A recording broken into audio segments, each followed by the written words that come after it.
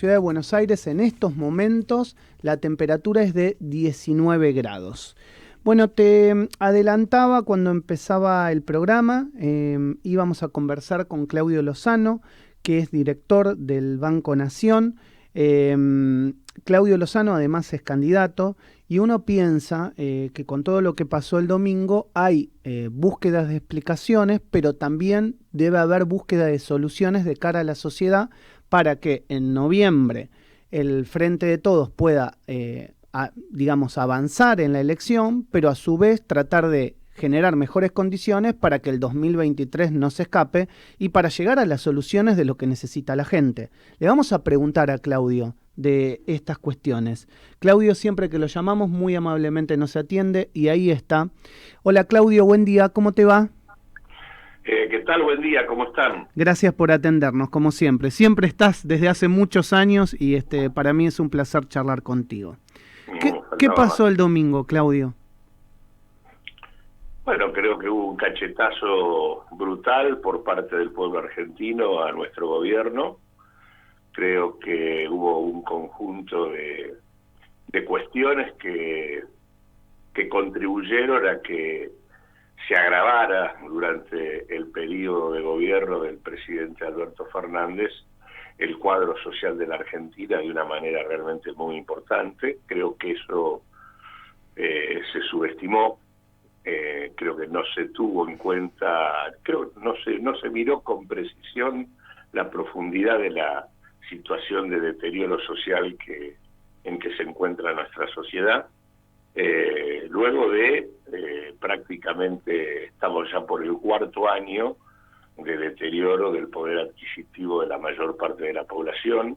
Me refiero a los 2 últimos años de la gestión Macri y al año y meses que llevamos de la gestión actual. Esto hace que prácticamente Macri se fue con el 37% de pobreza, y nosotros estamos hoy prácticamente arriba del 42%, estos 5 puntos de diferencia de la última medición, que es la medición del primer trimestre del 2021, por lo cual es probable que estemos por encima de esto, pero estos 5 puntos son unos 2,5 millones de personas más que caen bajo la línea de pobreza. Y teníamos cuando se fue Macri un 8% de personas bajo la línea de indigencia, sí. Y tenemos hoy 11% de hambrientos. Esto implica 1.300.000 hambrientos más en la Argentina, digamos. Este cuadro social me parece que esta dificultad que el gobierno ha tenido, pese a que lo intentó, creo que fracasó en el intento, para mejorar las condiciones de vida de la población, creo que está en el centro de la magnitud de la derrota, porque fue una derrota realmente muy, muy importante. Y uno podría esgrimir 3 cuestiones. La primera es, obviamente, la pandemia y las restricciones sanitarias que tuvieron que implementarse a partir de marzo del 2020, indudablemente produjeron un impacto muy serio en la actividad económica, y de hecho, en el segundo trimestre del año 2020, la actividad económica cayó casi 20 puntos. Esto indudablemente impactó. En ese mismo trimestre la pobreza se ubicó en prácticamente el 47%. A partir de allí, desde mayo, la economía comenzó a recuperarse, en parte porque comenzaron a eliminarse algunas restricciones, se fueron aflojando, y obviamente las políticas del gobierno intentaron avanzar en un proceso de recuperación, pero allí hubo un punto que fue el tema de los precios. En el contexto de la recuperación de la actividad económica, los formadores de precios ejercieron una resistencia a acatar las pautas económicas del gobierno, y el gobierno no tuvo ni la capacidad, ni las medidas, ni las decisiones que permitieran poner en caja esa situación, y el resultado de la evolución de los precios le cambió la cara al proceso de recuperación. Si bien hubo recuperación de la actividad económica, se recuperaron esos 20 puntos que se sabían que se había caído la actividad, digamos, en el contexto de la cuarentena estricta del segundo trimestre. A pesar de eso, lo que no se modificó fue la situación social, porque se dio en un contexto donde la inflación sirvió para ampliar las condiciones de desigualdad. De hecho, cuando uno mira y compara el primer trimestre del 2021 contra el primer trimestre del 2020, tenemos un producto en la Argentina mayor, que creció un 2.5%, pero cuando uno en realidad mira la distribución del ingreso, lo que se expandió fue el excedente empresarial de algunas firmas, sobre todo, que creció más del casi un 6%, mientras que la masa de salarios y de ingresos populares se redujo en casi un 4%, es decir, los precios permitieron cambiarle la cara a la recuperación, que la recuperación tuviera un contenido de mayor desigualdad, y eso hizo que, a pesar de que volvemos a tener un nivel de actividad similar al que teníamos en la prepandemia e incluso por arriba, la pobreza no bajó de estar por encima del 42-45%. Entonces ahí hubo un segundo tema. Y el tercer tema, que creo que fue el determinante, es que el gobierno, luego de la crisis cambiaria de finales del año 2020, de las presiones desestabilizadoras que se vivieron, puso en marcha una política de ajuste que en realidad duró hasta junio. Esa política de ajuste fiscal fue muy importante, eliminó buena parte de las políticas sociales que había puesto en marcha en el 2020 y que en realidad había que haber mantenido, porque la idea de que la economía al recuperarse resolvía la pobreza no ocurrió, y tampoco había ocurrido el hecho de que la pandemia estuviera controlada, una segunda ola que fue prácticamente peor que la primera. Y en ese contexto, a pesar de esa situación, en el marco de las negociaciones con el fondo, se impuso un ajuste fiscal que llevó a prácticamente en el primer semestre que el déficit primario fuera apenas del 0,5%, estando por encima incluso de las metas que se habían pactado con el fondo. Una cosa realmente de una perversión pocas veces vista,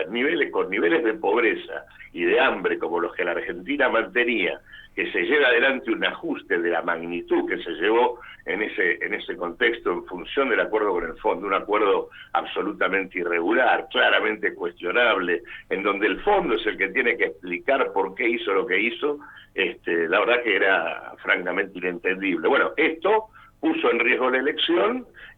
porque no solo veníamos de 3 años de deterioro, sino que cuando existía alguna posibilidad de recomponer algo, no se la aprovechó, y se siguió profundizando una situación que incluso ante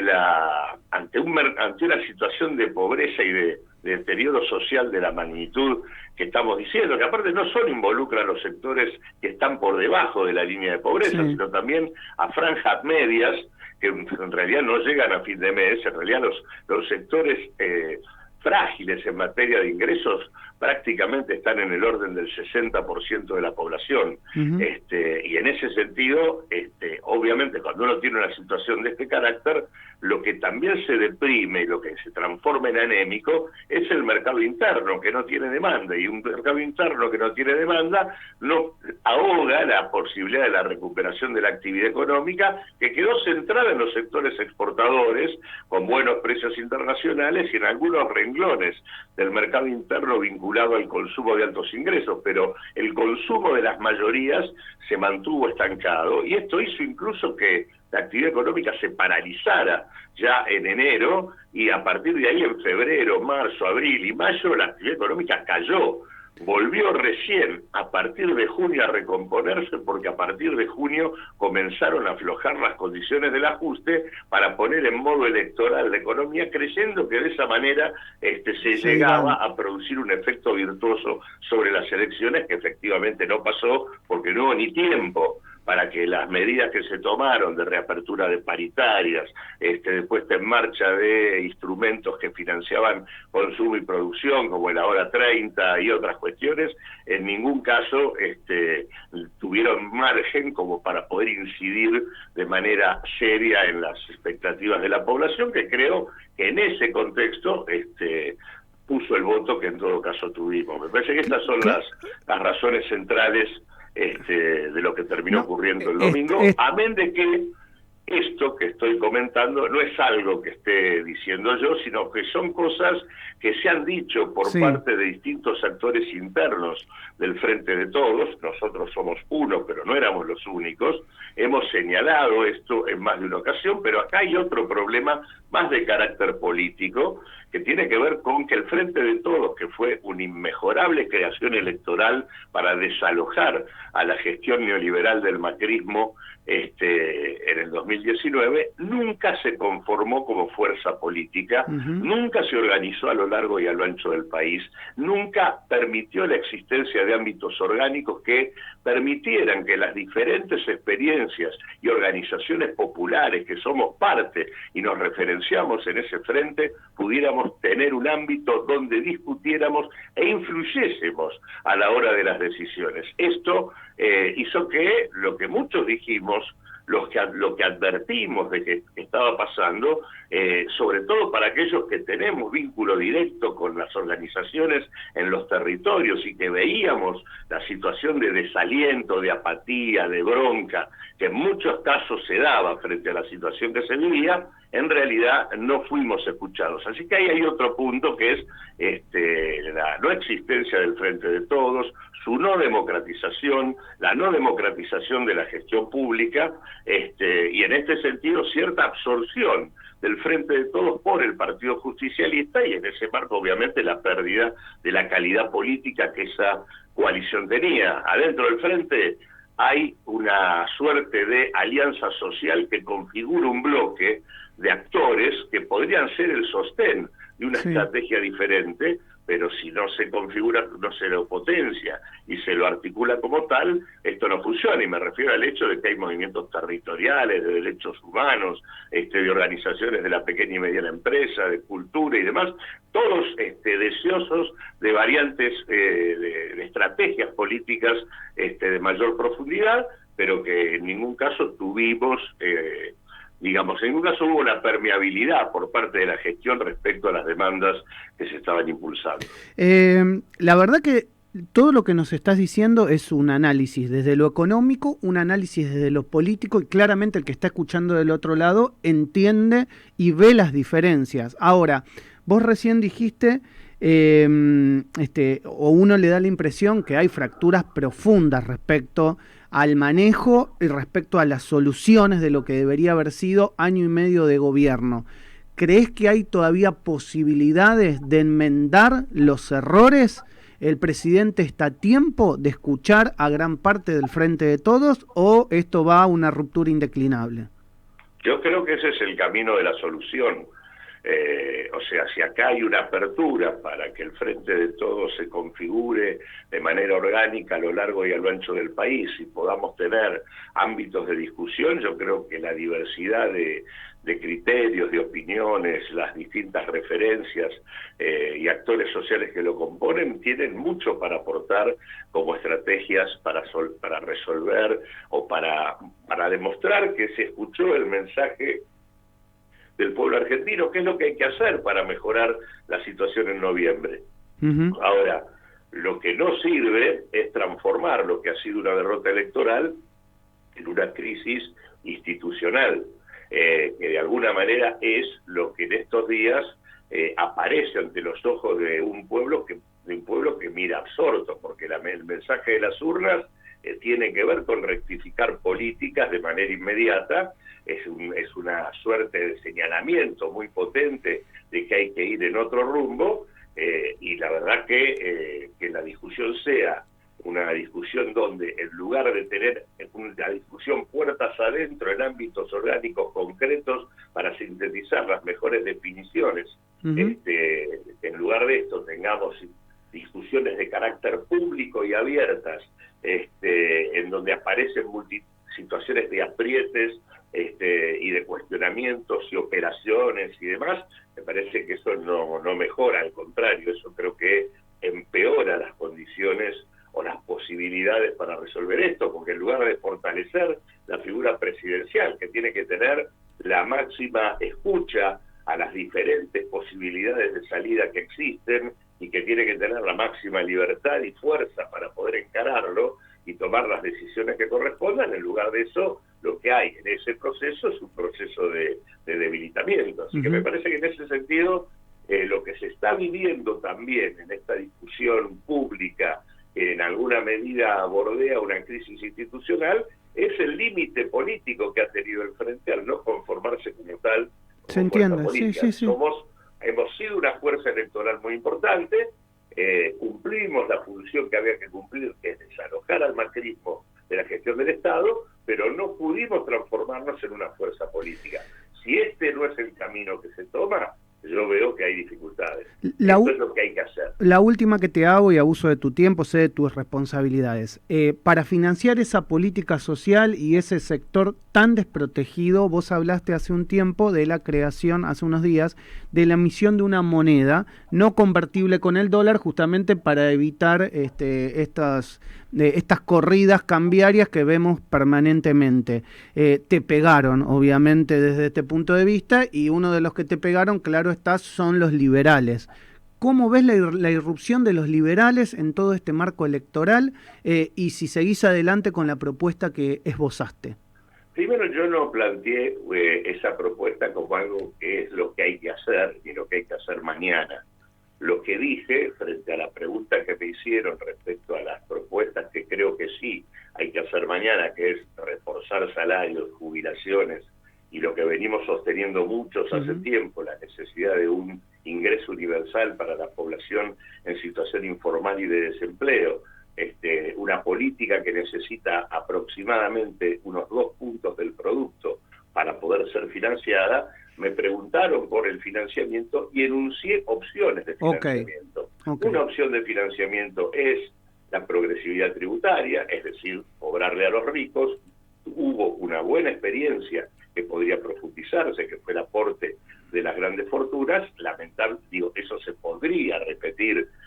ya no como un aporte de una sola vez, sino como impuesto, y esto efectivamente no está, ni siquiera está en el nuevo presupuesto que se acaba de presentar. Eso es una forma de acercar recursos en función del objetivo. También planteé que es imprescindible revisar las exenciones que en materia impositiva existen en la Argentina y los regímenes promocionales, que representan 2,6% del producto de recaudación que se pierde, en muchos casos por situaciones de regímenes promocionales o de exenciones impositivas que no necesariamente hoy están cumpliendo la función que deberían cumplir, porque poco pasa, se trata en muchos casos de regímenes que no están favoreciendo el proceso de inversión tal cual era la razón por la cual se los puso en marcha en su momento. En tercer lugar, dije que también en ese contexto había que pensar en el papel de la emisión de la moneda por parte del Estado, que esto es lo que pone loco a los liberales, porque los liberales le quieren quitar al Estado el instrumento de la moneda, diciendo que nunca se puede emitir, lo cual es sencilla, y ahí asocian el tema de la emisión con el impacto en materia de precios. Y eso es mentira. No solo es mentira porque la experiencia argentina indica de que la emisión cero y el déficit cero del 2018 y 2019 no tuvo ningún efecto en la inflación, todo lo contrario, la inflación se fue al 46% y al 53% después, demostrando que tiene otros componentes y no el de la emisión. Y en realidad la emisión sirve cuando una economía tiene recursos ociosos, cuando una economía se encuentra con capacidad productiva disponible que no está funcionando, cuando tiene gente desocupada que no está trabajando, cuando hay recursos naturales disponibles, cuando hay stock de tecnología existente, uno puede utilizar el dinero para movilizar esos recursos y actúa generando demanda. Si yo financio con emisión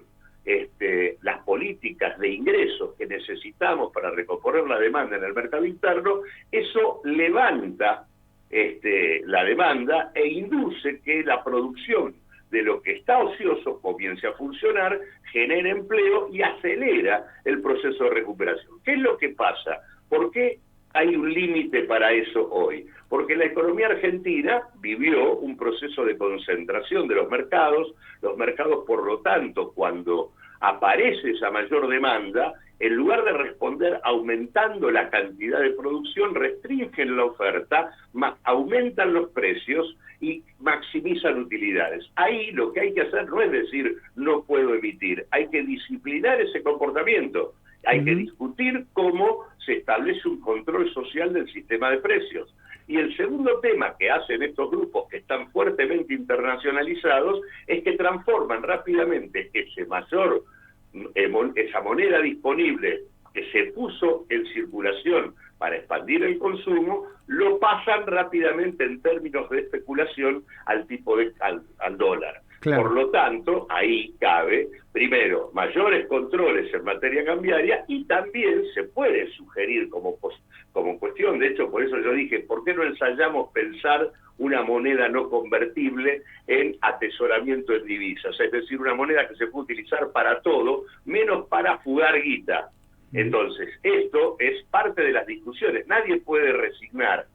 o no podemos resignarnos a que no se pueda financiar 2 puntos del producto para invertirlo en mejorar las condiciones de vida de la gente, porque hay un conjunto de especuladores que nos quitan las herramientas. El liberalismo, como es parte de ese conjunto de especuladores, no le preocupa, repite de una manera absolutamente ideológica que eso no se puede hacer. Y lo repite como una vulgata que en realidad no tiene ningún efecto porque cada vez que se aplicó produjo desastres. Lo que hay que pensar aquí es cuáles son las mejores regulaciones sobre el sistema de precios y sobre el sistema cambiario, lo cual implica el debate, por ejemplo, del comercio exterior de la Argentina, que es una clave muy importante y donde, por ejemplo, una de las cosas que lamentablemente este gobierno empezó y no finiquitó fue el tema Vicentini y la conformación de una empresa testigo del comercio exterior de granos que vendría muy bien para este tipo de discusiones. Pero la moneda, agregándole el criterio de que no puede ser convertible para atesorarla, nos permitiría un instrumento más, que esto aparte se está discutiendo y haciendo en diferentes localidades en el mundo, digamos, en algunos municipios de Brasil, en algunas localidades de Finlandia, de Noruega, y demás, hay una discusión muy importante a nivel mundial sobre la moneda digital, sobre el tema de las monedas complementarias y demás. Todo esto no hay que asustarse, hay que discutir para crear los mejores mecanismos que nos permitan financiar la recuperación de las condiciones de vida de nuestro pueblo. Pero incluso hay que decirlo con todas las letras, los 2 puntos del producto para poder llevar adelante estas políticas ya existen, porque el ajuste que se hizo durante los primeros 6 meses de este año incluso superó las metas que tenía el presupuesto 2021, por lo tanto los 2 puntos están disponibles, la plata está para poner en marcha un conjunto de políticas que recompongan los ingresos de la población, expandan la demanda y podamos discutir una aceleración de la recuperación de la economía en condiciones de mejor distribución. Claudio, como siempre, gracias por atender a mi programa y a Radio Sónica. El abrazo y el cariño de siempre. No, al contrario, gracias por convocarme. Un gran saludo. Claudio Lozano, director del Banco Nación, todos títulos, Augusto, si desmenuzás la nota, son todos títulos, todos, y me queda claro la diferencia, digamos, entre la visión económica, la visión política y la dirección que tienen varios dentro del Frente de Todos. Por eso hay que ver cómo se recompone esto, ¿no?